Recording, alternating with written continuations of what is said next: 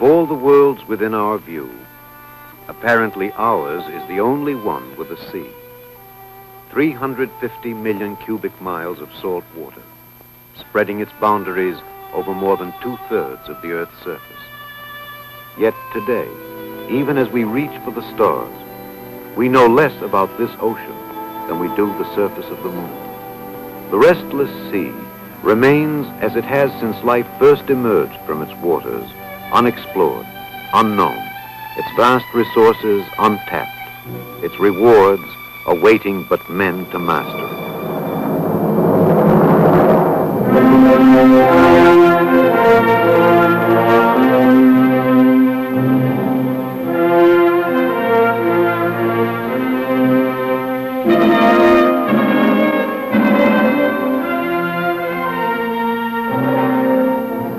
The sea has long been a challenge to many men of many nations. One of these men was the late President John Fitzgerald Kennedy. Shortly before his tragic and untimely death, he made this statement. Knowledge of the oceans is more than a matter of curiosity. Our very survival may hinge upon it. The seas offer a wealth of food for the people of the world. Mineral resources on land will ultimately reach their limits. We may be able to extract additional elements in the water. To predict, and perhaps someday to control, changes in weather and climate is of the utmost importance to man everywhere. These changes are controlled to a large and yet unknown extent by what happens in the ocean. Additional research is necessary to identify the factors in this interplay. These are some of the reasons which compel us to embark upon an important national effort in oceanography. This is not a one-year program or even a 10-year program. It is the first step in a continuing effort to acquire and apply the information about a part of our world that will ultimately determine conditions of life in the rest of the world. The opportunities are there. A vigorous program will capture those opportunities.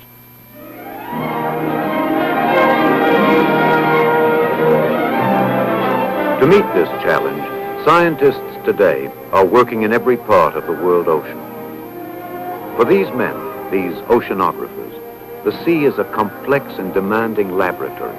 Its waters must be probed and studied from the surface thousands of feet to the ocean floor. Expeditions must be conducted into areas remote from the centers of scientific research. From the icebound seas of the Arctic and Antarctic to the tropical waters of the Atlantic, Pacific, and Indian Oceans. For the most part, support of this worldwide research effort must come from the federal government. Support to build ships and laboratories, develop the instruments needed to collect data at sea.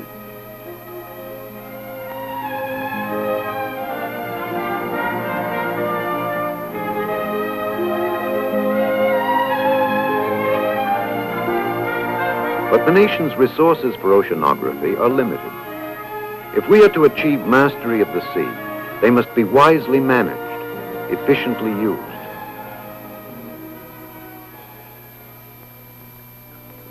Toward this end, the President has instructed his science advisor, as Director of the Office of Science and Technology, to prepare and coordinate a national oceanographic program through the Federal Council for Science and Technology, a pioneering tool in scientific management. Represented on the Federal Council and directly responsible to the President are senior policy advisors from all departments and agencies of the government charged with the scientific and technical progress of this nation. To spearhead the national effort to master the sea, a permanent committee has been established within the Council, the Interagency Committee on Oceanography. ICO has prepared a long-range plan. The goal? Full understanding of the world ocean, to improve national defense and promote the welfare, security, and economic well-being of the American people. Participating in this effort are all agencies of the federal government whose statutory responsibilities to the American people include problems in the ocean environment. Each has specific missions in the sea, which contribute to the objectives of the long-range plan. The National Science Foundation's mission is to encourage the acquisition of new knowledge in all the marine sciences. Basic fundamental knowledge essential to the continued progress of our nation. This quest for basic knowledge is being conducted by scientists representing many disciplines, working at colleges, universities, and research institutions. One important objective of oceanographic research is a broad understanding of the Earth beneath the waters of the sea. In the quest for new knowledge, marine geologists are probing through thousands of feet of water to the bottom of the sea.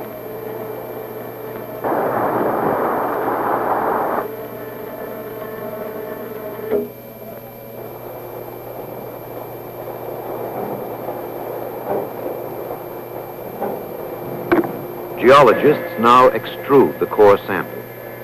Millions of years of sedimentation, which must be studied, preserved as a small but significant part of the history of our planet, a key to understanding the climate in ages past and the distribution of minerals, plants, and animal life over the sea.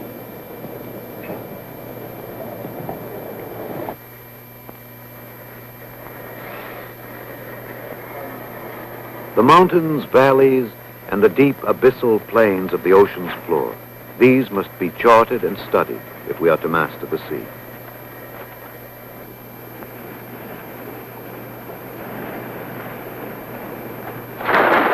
Geophysicists also probe to learn more about the fundamental structure of our planet. The forces of magnetism and gravity over the sea floor must be measured and mapped.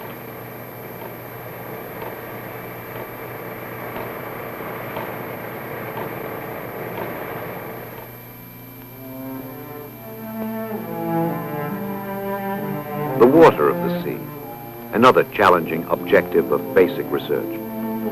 Its ever-changing physical and chemical properties must be studied over the entire face of the ocean at different times and at different depths.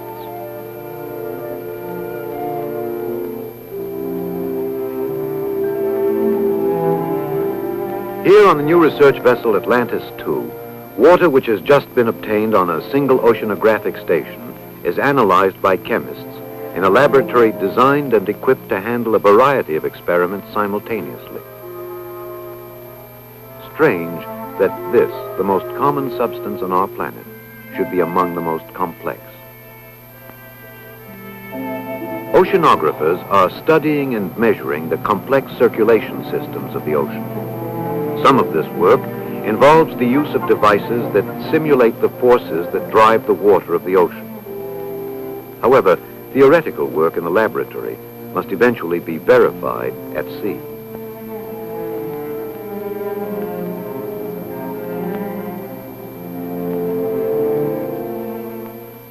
Research must also be conducted above the sea to learn more fully the relationships between the ocean and atmosphere.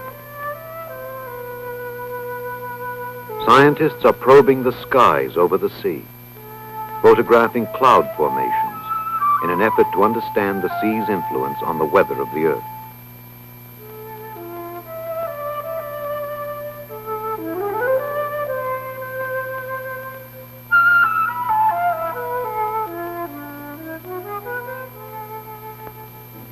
Oceanographers must measure the water-laden atmosphere into which the sea is drawn, soon to fall upon the land, soon to return to the sea.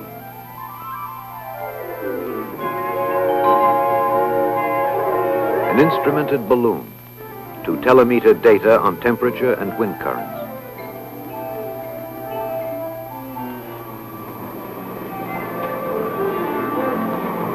Soon the atmosphere, too, will yield up its secrets.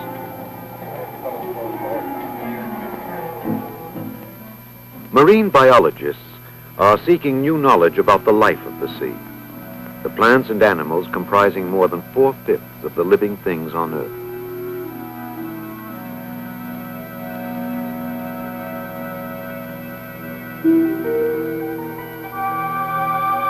specimens must be collected at every depth and in all the oceans of the world, identified and described.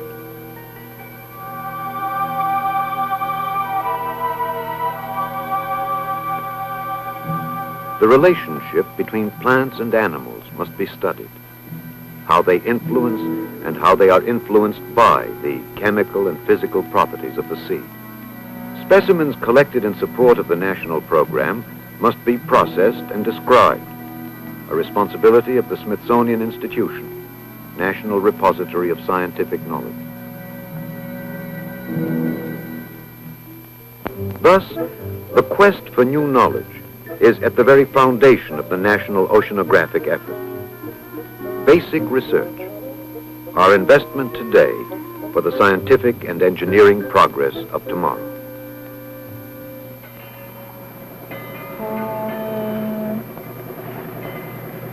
Research is also being applied to help solve specific problems in the sea environment, many vital to our security and welfare.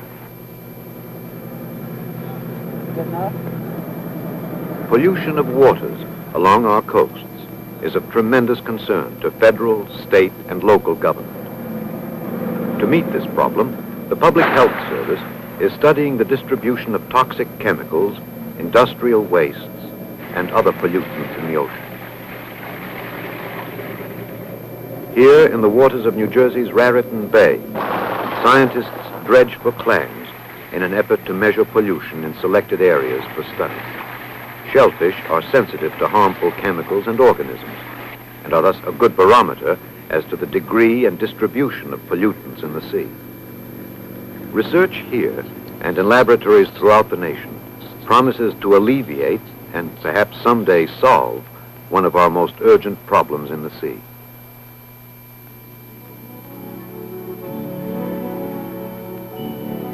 Research sponsored by the Atomic Energy Commission is directed toward understanding the impact of radioactive materials on the ocean environment.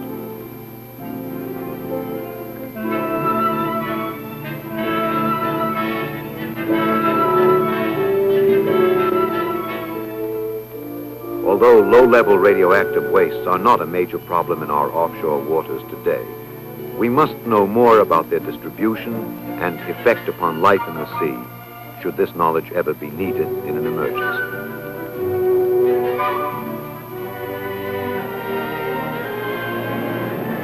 Of concern to all Americans is the preservation and protection of our coasts facing the sea.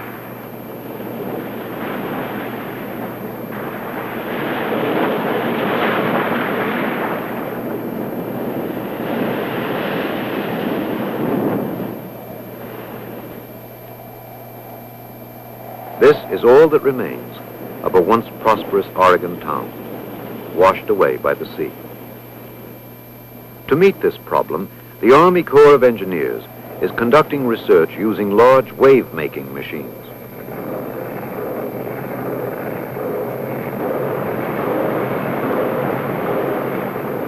Work here and in other facilities of the Beach Erosion Board will help give engineers the knowledge needed to control the destructive forces of the sea along our many miles of coasts.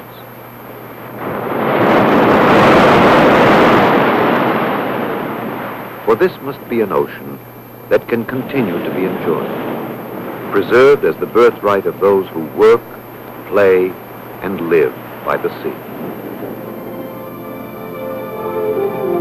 Off these same coasts and far into the ocean is one of our most important resources, food from the sea. Oceanographic research is vital to realize the promise of our fisheries and assure their wise management for generations to come.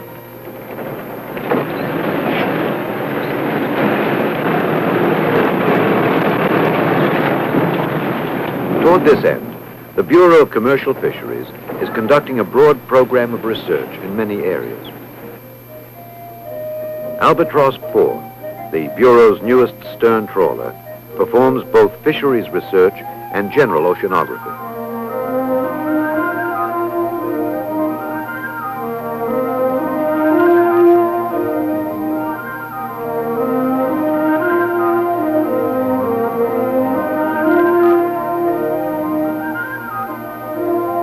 Specimens trawled on research cruises provide important information on the distribution and abundance of the living populations of the ocean and their relation to its physical and chemical environments.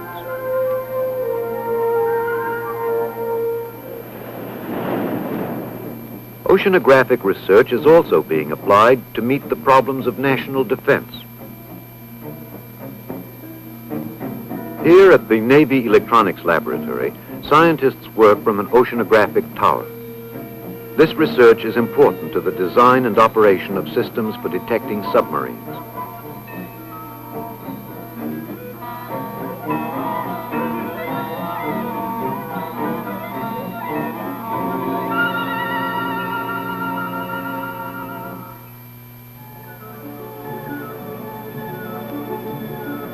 The bathyscaphe Trieste operates in support of a similar mission.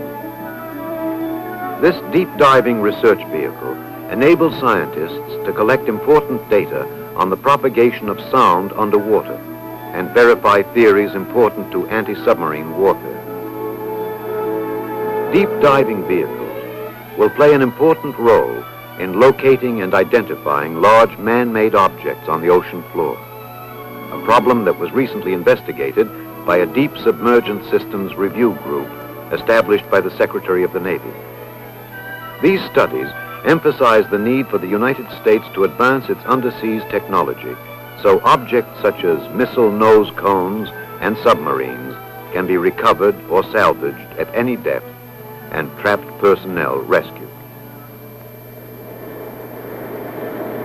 Thus, many agencies of the government are conducting or sponsoring a variety of research projects to develop equipment and techniques important to their missions.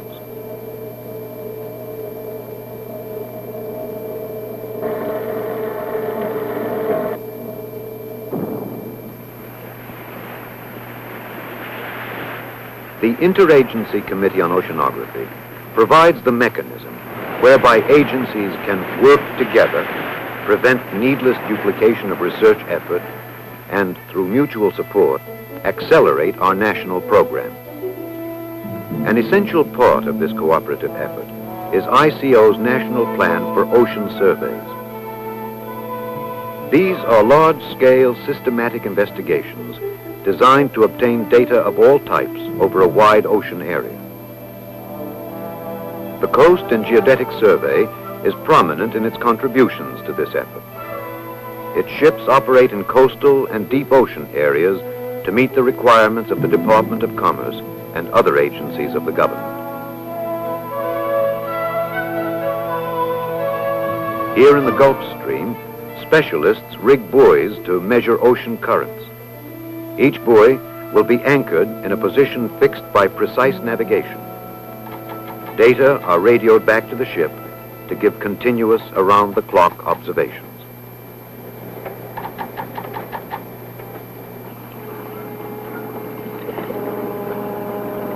Ships of the Coast and Geodetic Survey are today supporting the ocean survey effort in areas as yet uncharted, unexplored.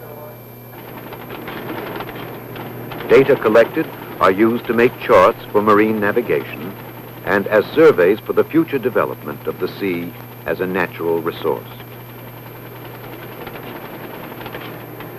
The oceanographic work of the Department of Commerce is helping increase our ability to predict sea and weather conditions and develop information important to our ocean-going commerce.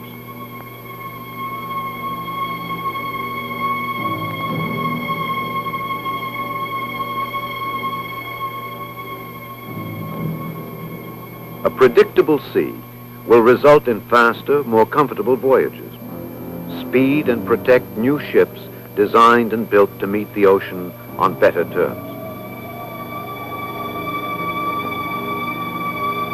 Violent changes across its surface can be known in time to warn and evacuate threatened areas. Hurricanes, typhoons, storm-generated waves, perhaps eventually even these destructive forces can be controlled by science. A predictable sea will be a safer sea, a responsibility to which the United States Coast Guard has been traditionally dedicated. Today, Coast Guard ships operate in all the oceans of the world in support of the national program. Greenland, source of icebergs threatening the North Atlantic shipping lanes. One important Coast Guard mission is the International Ice Patrol, where oceanographic data must be collected to predict the movement of ice into the North Atlantic. This work contributes to the ocean survey effort.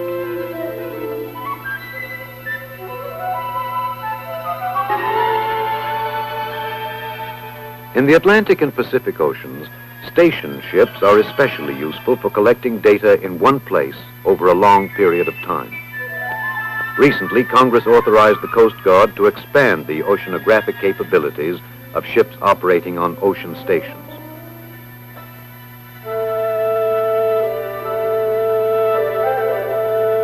Coast Guard light towers are also good platforms for making observations around the clock.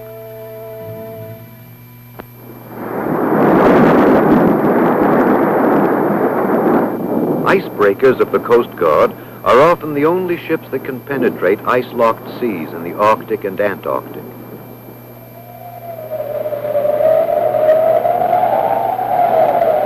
Observations of ice, sea, and atmospheric conditions provide valuable information about this inaccessible but important part of the world ocean.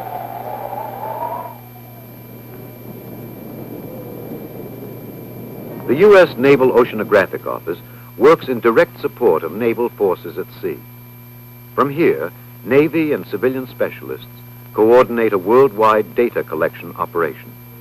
Oceanographic ships of the Navy obtain information needed for maps, charts, and atlases, and supply data for environmental prediction systems used in naval warfare. This work requires trained technicians to make observations in all areas of the world ocean. Water samples to be checked for temperature, salinity, and other important information.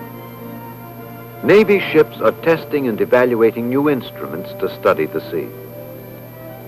Here on the USS San Pablo, the thermistor chain.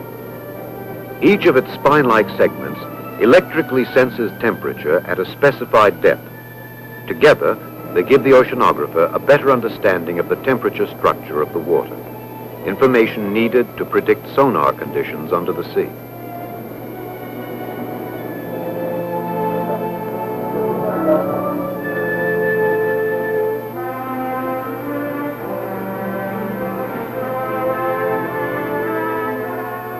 Thus, throughout the Navy, the survey effort is being accelerated to provide the fleet with the current on-the-spot oceanographic intelligence so important to naval operations at sea.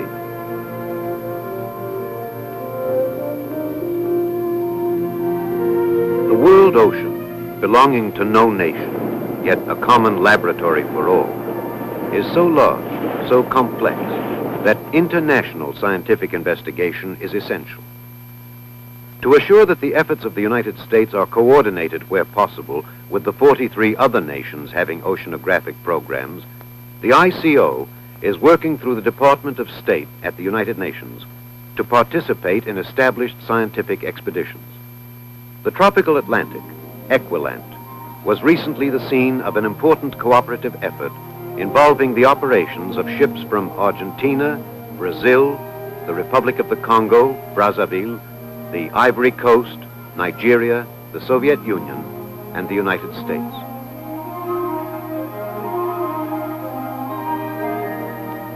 Representing the United States were the Coast and Geodetic Survey, Navy, Coast Guard, and the Bureau of Commercial Fisheries. All made ships and research facilities available to the scientific community through the Interagency Committee on Oceanography. The waters of the tropical Atlantic have the potential of becoming a major world fishery.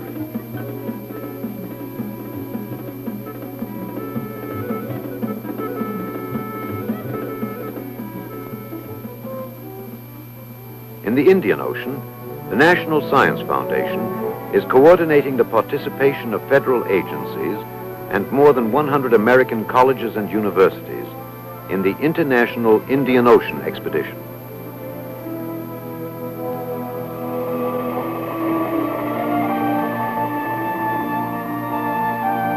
Among the many areas of scientific interest are the geological and geophysical characteristics of this unique and relatively unknown part of the world ocean.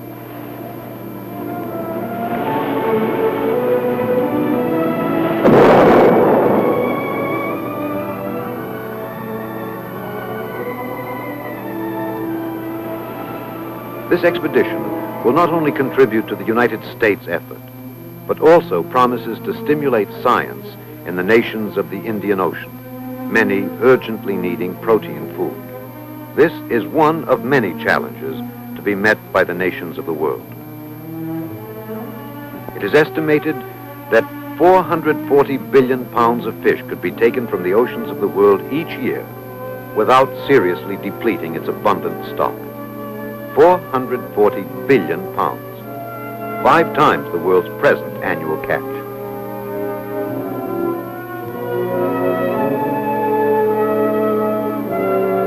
Thus, through international cooperation and an accelerating national program, knowledge of the sea is being broadened to help conquer this last frontier on our planet.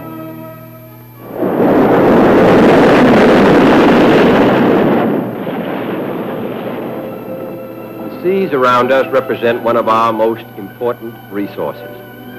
If vigorously developed, this resource can be of great benefit to the nation and to all mankind. But it will require concerted action, well directed, with vision and ingenuity. It will require the combined efforts of our scientists and institutions, both public and private, and the coordinated efforts of many federal agencies. It will involve substantial investments in the early years for the construction and operation of ship and shore facilities, for research and surveys, the development of new instruments for charting the seas and gathering data, and the training of new scientific manpower. It will be an exciting enterprise in which all Americans should take part. The sea is all around us. It is part of our lives. We should master it. We should know about it. And I'm glad that the United States is committed to this great effort.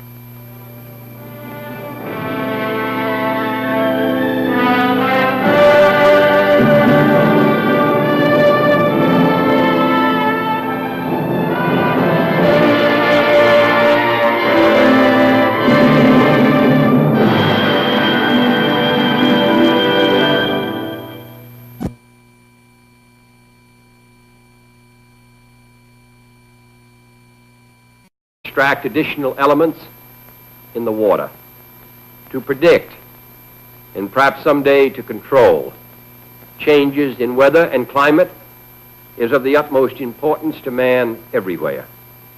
These changes are controlled to a large and yet unknown extent by what happens in the ocean. Additional research is necessary to identify the factors in this interplay. These are some of the reasons which compel us to embark upon an important national effort in oceanography. This is not a one-year program or even a 10-year program.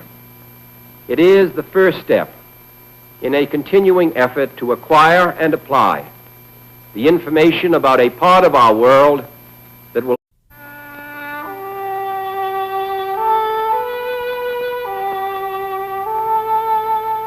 Of all the worlds within our view, apparently ours is the only one with a sea.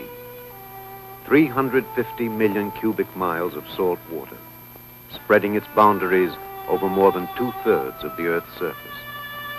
Yet today, even as we reach for the stars, we know less about this ocean than we do the surface of the moon.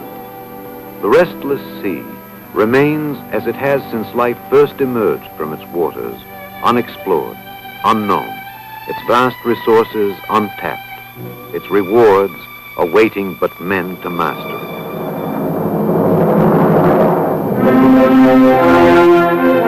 Will ultimately determine conditions of life in the rest of the world. The opportunities are there. A vigorous program will capture those opportunities.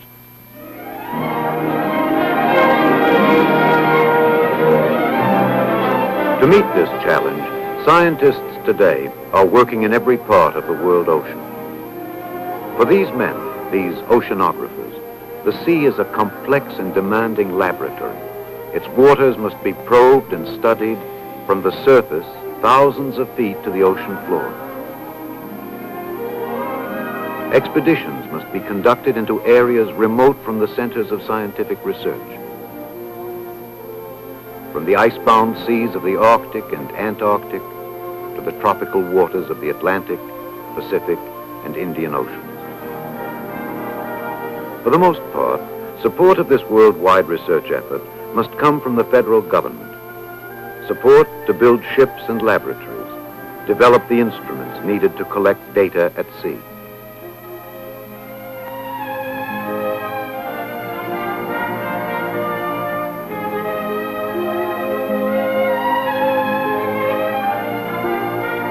But the nation's resources for oceanography are limited. If we are to achieve mastery of the sea, they must be wisely managed, efficiently used.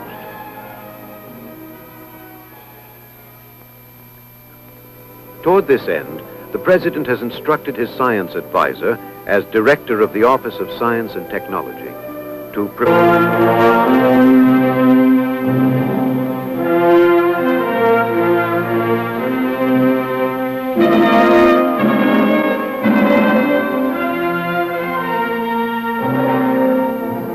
The sea has long been a challenge to many men of many nations.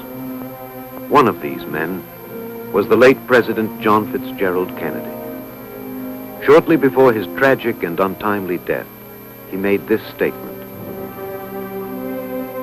Knowledge of the oceans is more than a matter of curiosity. Our very survival may hinge upon it. The seas offer a wealth of food for the people of the world. Mineral resources on land will ultimately reach their limits. We may be able to